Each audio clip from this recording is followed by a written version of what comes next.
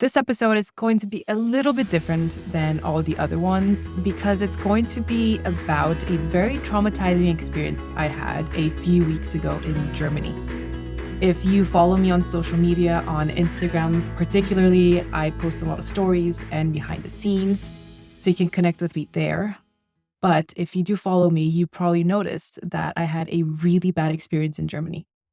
I had panic attacks, I cried, and it was just a really bad experience. So while I was moping around and walking down the streets and sitting at different coffee shops, I wrote my ordeal because I felt like there was a lesson in all of this, and apart from the fact that I can't have my whole life on my cell phone, wallet, my ID, my train tickets, literally my whole life on my cell phone, that is something that I need to rectify. I realized something. I had a huge eureka moment. Hallelujah, whatever you want to call it. That when panic sets in, social anxiety walks out, which is the title of this episode today.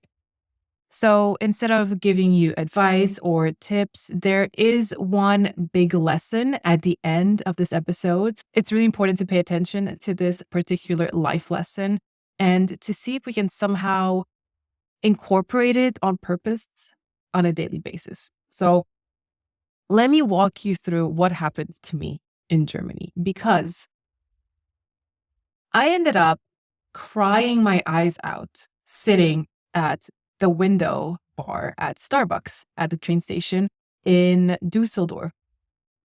It was a Saturday morning, and there I was on a bar stool overlooking the terminal and crying my eyes out. I was phoneless and stranded. I mean, who would have known that such a nice getaway to Germany would eventually turn into a nightmare? The day before, so Friday, I boarded a train in Amsterdam so that I would make my way to Dusseldorf and record part 2 of my episode, Why You're Scared to Ask a Stranger for Sunscreen. I was so excited. I couldn't wait to just sit down on the couch with my best friend, Joanna, the sunscreen girl that's featured in the viral TikTok that we talk about in part 1 of this episode, and get all my questions answered and all of your questions, because there were a bunch of questions in the TikTok comments that I really wanted to get her perspective on. Why, who, what, when, but why? And how the heck did you manage to ask a stranger for sunscreen? That interview beat all my expectations. I am so happy that I got to sit down with her. We laughed, we connected, we got some damn good footage, and I'm beyond excited to share part 2 with you next week. So keep your ears out for that one. And then, we went on with our day. We walked to a coffee shop, put a few hours of work in because it was Friday, and eventually made our way to a dinner reservation at a Peruvian restaurant because for some reason, I've been craving ceviche a little bit too much these days. But, due to the exhaustion of being on a 2.5-hour train ride in the morning, working 5 hours that day, recording on the podcast, walking through the cold, wintry air in Dusseldorf, by 9:30 p.m., I was down and out. I literally just passed out. And so my train was scheduled to depart the next morning to Amsterdam at around 11 o'clock. And luckily, she could drop me off at the train station, so I didn't have to trek through the trams and streets by myself and worry that I'm going to miss my train. But unfortunately, that was the extent of my luck. At the train station, I made my way to Starbucks, got my favorite chai latte, had a sandwich, and then went off to find my platform. It was about 10:30, and I like to be early. I always like to be super early just in case anything happens. So as I readied to check which platform my train was departing from, I realized that my phone was not on me.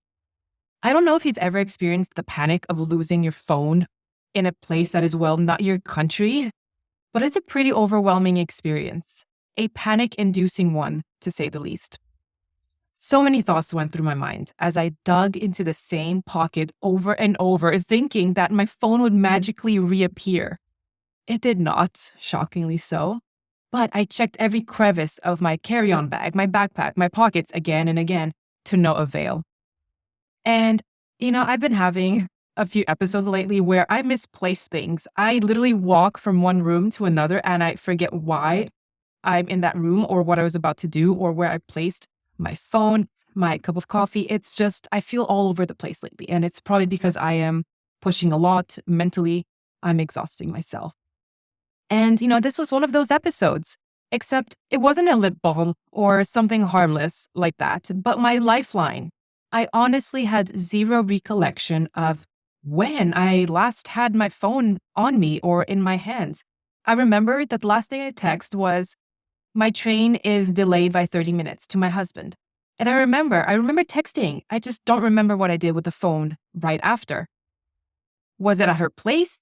In her car? At Starbucks? Did somebody grab it from my hands or my pocket? And I didn't realize I was losing it. And it's in moments like these when panic sets in that social anxiety walks out. I literally went straight to the German kid behind the counter at Starbucks and I asked him, can I please use your phone? Can I please use your WhatsApp? I didn't give him any explanation. I literally just asked, can I have your phone so I can use your WhatsApp? And he handed his phone without a question. And then the next moment of panic set in. I didn't know any effing numbers. None. Zero. I don't even know my Dutch phone number. The only number I had memorized was my husband's American number, which unfortunately he had disabled a couple weeks ago. Of course, I did not memorize his Dutch phone number, and I certainly did not know Joanna's German number. So I gave the barista his phone back and I sat at the window and I cried, tears running down my face. My train was set to leave in 20 minutes and my ticket was on my phone. I opened my laptop, did the find my phone search and rang my phone, hoping that it was in my pocket, of course, while also simultaneously searching my email for my train ticket. I thought, well, if my phone is lost, that's that. It's a lost cause. But that doesn't mean that I should miss my train. Unfortunately, Lady Luck had it in for me that day. I could not locate my train ticket nor log into the website for that matter, and I had no idea how to contact anyone. Through my tears, I emailed my husband and Joanna with the subject, "Help me." Now that I think about it, that was probably not the best idea because I probably gave them a heart attack. Probably they thought that I was kidnapped or something. And I sobbed harder and harder. I missed my train. I couldn't locate my phone. I was stranded and I never felt more helpless. There I was, not sure what to do next. Except there were plenty of options. I just didn't see them through my blurry vision. I could have called either of them through Facebook Messenger, which eventually Joanna did.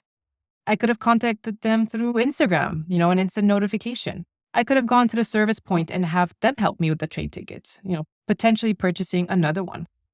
But I remained frozen at Starbucks. Eventually, I found out my phone was last seen at her house. I figured out how to use the Find My Phone search. But since she was on her way to Frankfurt, which was 3 hours away, there was no way she could have just turned around and come back for me, or my phone, obviously more important. But I felt more at ease at this point because 1, I did not lose my phone, and 2, I wasn't stranded anymore as she eventually would come to pick me up from the train station. And I ended up staying another night and taking the train the following day with my phone and ticket in hand.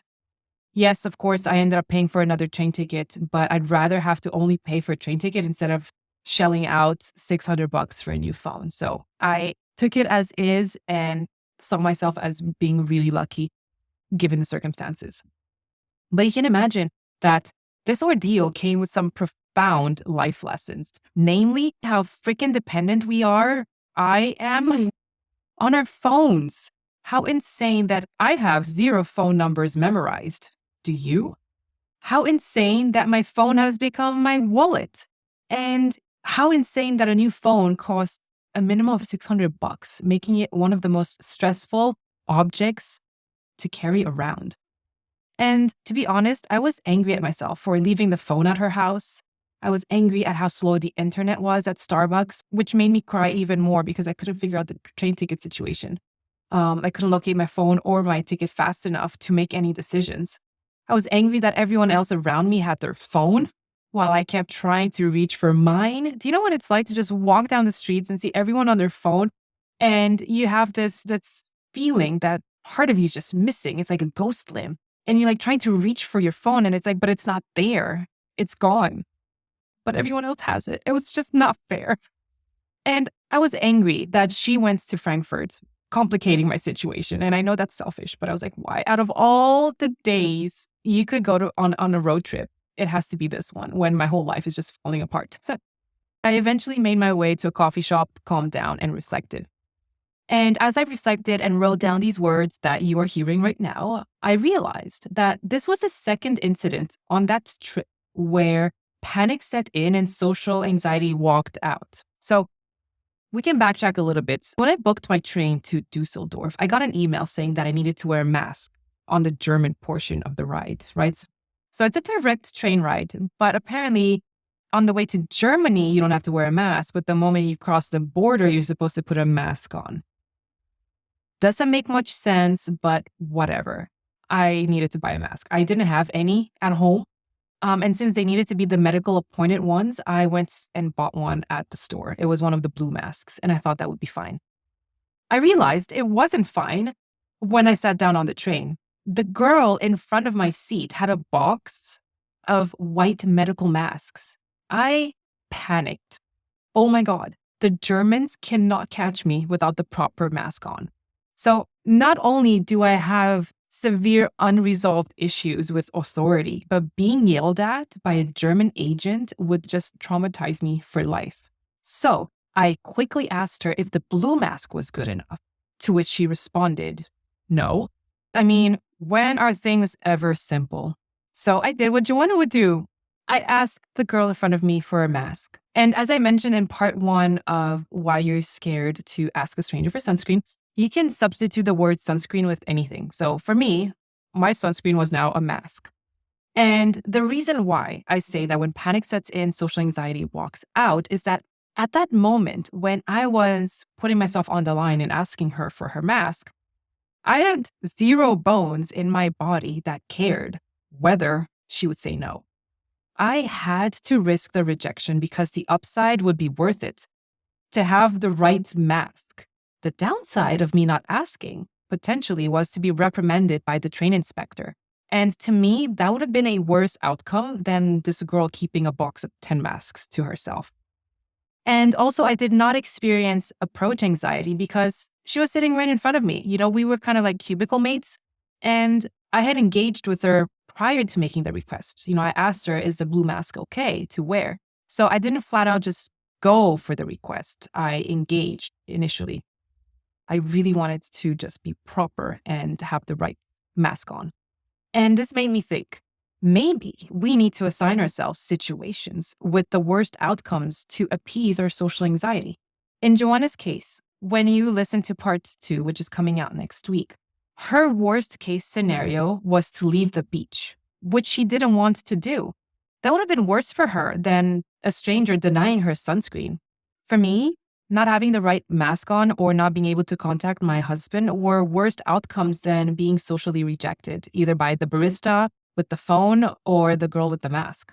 And yes, I did feel awkward in both situations. But for example, with the lost phone, my only goal was to contact my husband. So it didn't matter if 10 people refused to give me their phone. I was on a mission to have someone help me, regardless of the fact that I did not know his phone number. And I think this feeling of wanting and needing something desperately overrides social anxiety. It's almost like this survival instinct that takes over. And I think we should try to treat as many situations as such to suppress social anxiety. Think of it as you need it. You need this item. You need help. You need guidance. You need support. You need feedback, whatever the case may be that's holding you back from interacting with somebody. Maybe it's a stranger or a coworker or a friend, whatever the case may be. Treat it as such that there is a worse outcome than getting a no or being rejected. If you're terrified of approaching someone attractive because they might turn you down, you can't think of a worse outcome than that. This person could be the last person you have the chance to turn into a potential partner. Or this is the only person that's assigned to you, and if you don't approach them, you'll settle. I know, of course, that's a very extreme way of looking at things, but it can help if you think about the opportunity cost of not doing what you want to do because of social anxiety. What's the more significant cost? When you decide to avoid a situation because of a social fear, what is it that you are not taking into consideration? Try to see it from that perspective. Potentially losing out on the love of your life and a genuine connection is a real opportunity cost you shouldn't scoff at. As for me, I'm now walking around with that carefree feeling I had of asking strangers for things. I don't know how long it's going to last. It's kind of like when you have like a near-death experience and everything is like pink and you're happy and you're grateful. Kind of like that. I don't know when it's going to wear off, but I still feel confident enough to walk around and talk to people and interact and ask for things. Because it's funny, I witnessed myself doing that in a moment of panic, which by default means that I can do that on a regular basis just as well. I don't want to depend on my mindset being just right, because then I'll only do things when I'm panicky, which isn't exactly an ideal way to live, is it? So the only way forward now is to do this regardless of how I feel. More than anything, the fact that when panic sets in, social anxiety walks out is proof that it's a construct of our mind. And if we learn to tap out, we can make great strides in life, which is the only way to really learn how to manage your social anxiety. It's to do things regardless of how you feel about them. Like my friend Sadie says, the host of Your Social Anxiety Bestie, show up scared, or, just show up panicky or calmly, but either way, show up and try to do that on a daily basis because you will reap the benefits. That is what happened to me in Germany, and I still feel the exhaustion that came from the panic that I had. It really drained me emotionally, mentally, physically. I had to take a couple days off after that trip to recuperate. So yeah, I ended up just, binge watching The Good Place and ended up crying more. So yeah, but I got my phone and I learned a lot of lessons on how I need to travel next time around so that I don't end up in this situation ever again, because it is not pleasant. So, take what you want from my experience.